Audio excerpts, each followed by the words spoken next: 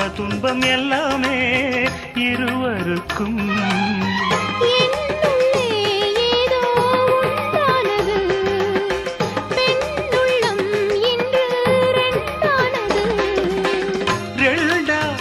ஏது ஒன்றுபட்ட போது கண்ணுக்குள் 100 நிலவா, இது ஒரு கனவா?